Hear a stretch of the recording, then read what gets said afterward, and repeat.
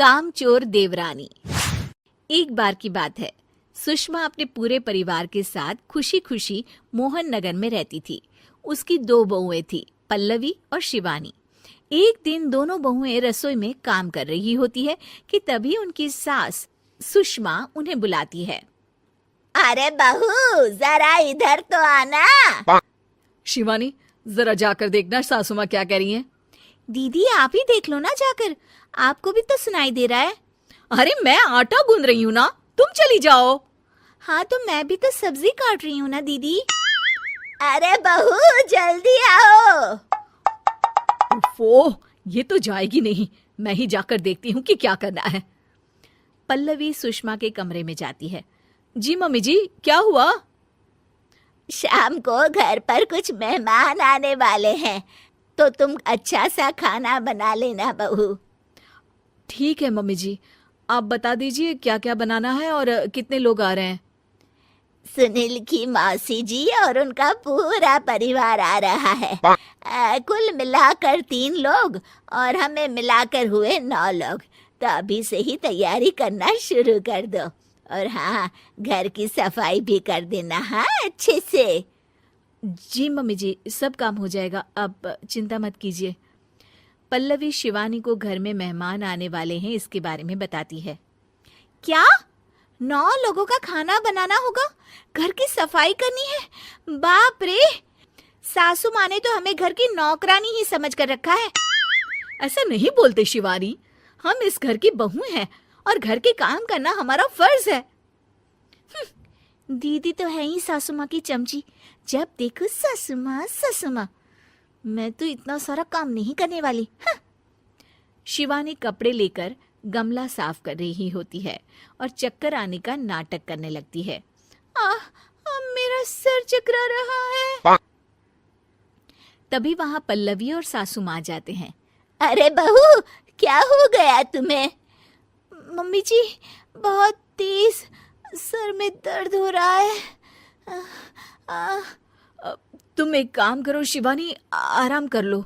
नहीं नहीं दीदी, घर में मेहमान आने वाले हैं, मुझे आपकी मदद करनी चाहिए। अरे कोई बात नहीं शिवानी, तुम आराम कर लो, मैं सब काम कर लूंगी। ठीक है दीदी, अगर आप इतना कह रही हैं तो आराम कर लेती हूँ। शिवानी आराम से अपने कमरे में मैगजीन पढ़ रही होती है। इसे कहते हैं आराम की जिंदगी। इतना सारा काम। चलो सारा काम खत्म हो गया, शिवानी को देख आती हूँ। शिवानी अपने कमरे में ईयरफोन में गाने सुनते सुनते सो जाती है और उसके साइड में मैगजीन भी रखी होती है। पल्लवी वहां आ जाती है और वो सब देखती है। ओहो, तो मतलब सब काम चोरी का बहाना था। अभी बताती हूँ इसको। घर का सारा काम मुझे करना पड़ा और ये महारानी यहाँ मैगजीन पढ़ रही है, गाने सुन रही है। पल्लवी रसोई से एक प्लेट और चम्मच लेकर आती है और शिवानी को थाली बजाकर उठाने लगती है। शिवानी अचानक से उठती है। उठ गई महारानी, गाने भी सुन लिए, मैगजीन भी पढ़ ली। तुम तो बहुत बड़ी झूठी निकली शिवानी। तुमने सर दर्द का बहाना बनाया ताकि काम करने से बच सको। हाँ बनाया बहाना, तो क्या करती, इतने सारे काम करती। मुझे कोई शौक नहीं है चापलूसी का। क्या चापलूसी? तुम्हें लगता है कि मैं सारे काम चापलूसी के लिए कर रही हूँ? और नहीं तो क्या। तभी वहां सासू माँ आ जाती हैं। अरे बहू, वो लोग बस आने ही वाले हैं, तुम तैयारियां कर लो। जी सासू माँ, तुझे तो मैं बाद में देखती हूँ। सब खाना खाने बैठते हैं और खाना शुरू करते हैं। तभी सुनील की मौसी बोलती है। वाह भाई वाह, खाना तो बहुत ही अच्छा बना है सुषमा जी। एक एक चीज में क्या स्वाद है। ये सुनकर शिवानी मुंह बना लेती है। उसे अपनी जेठानी की इतनी तारीफ रास नहीं आती। आपकी बहुएं तो बहुत ही अच्छा खाना बनाती हैं। हाँ, बनाती तो दोनों ही अच्छा है, पर आज ना ये सारा खाना बड़ी बहू ने बनाया है। छोटी बहू की तबीयत ठीक नहीं थी, सो इसलिए। मानना पड़ेगा सुषमा जी, आपकी बड़ी बहू तो बहुत ही गुणवान है। पल्लवी की तारीफ सुनकर शिवानी को जलन होती है।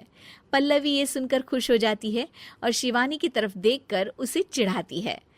कुछ देर बाद मेहमानों के जाने का वक्त हो जाता है। मौसी जी सबके लिए उपहार लाई होती है। वो सबको शगुन के पैसे देती हैं और अंत में पल्लवी के पास आती है। तुम्हारे लिए शगुन का लिफाफा तो है ही, पर बहू तुम्हें एक और उपहार भी मिलेगा इतना अच्छा खाना बनाने के लिए। मौसी अपने सोने के कंगन निकालकर पल्लवी को पहना देती है। ये लो, ये मेरे मनपसंद कंगन है, अब से ये तुम्हारे हुए।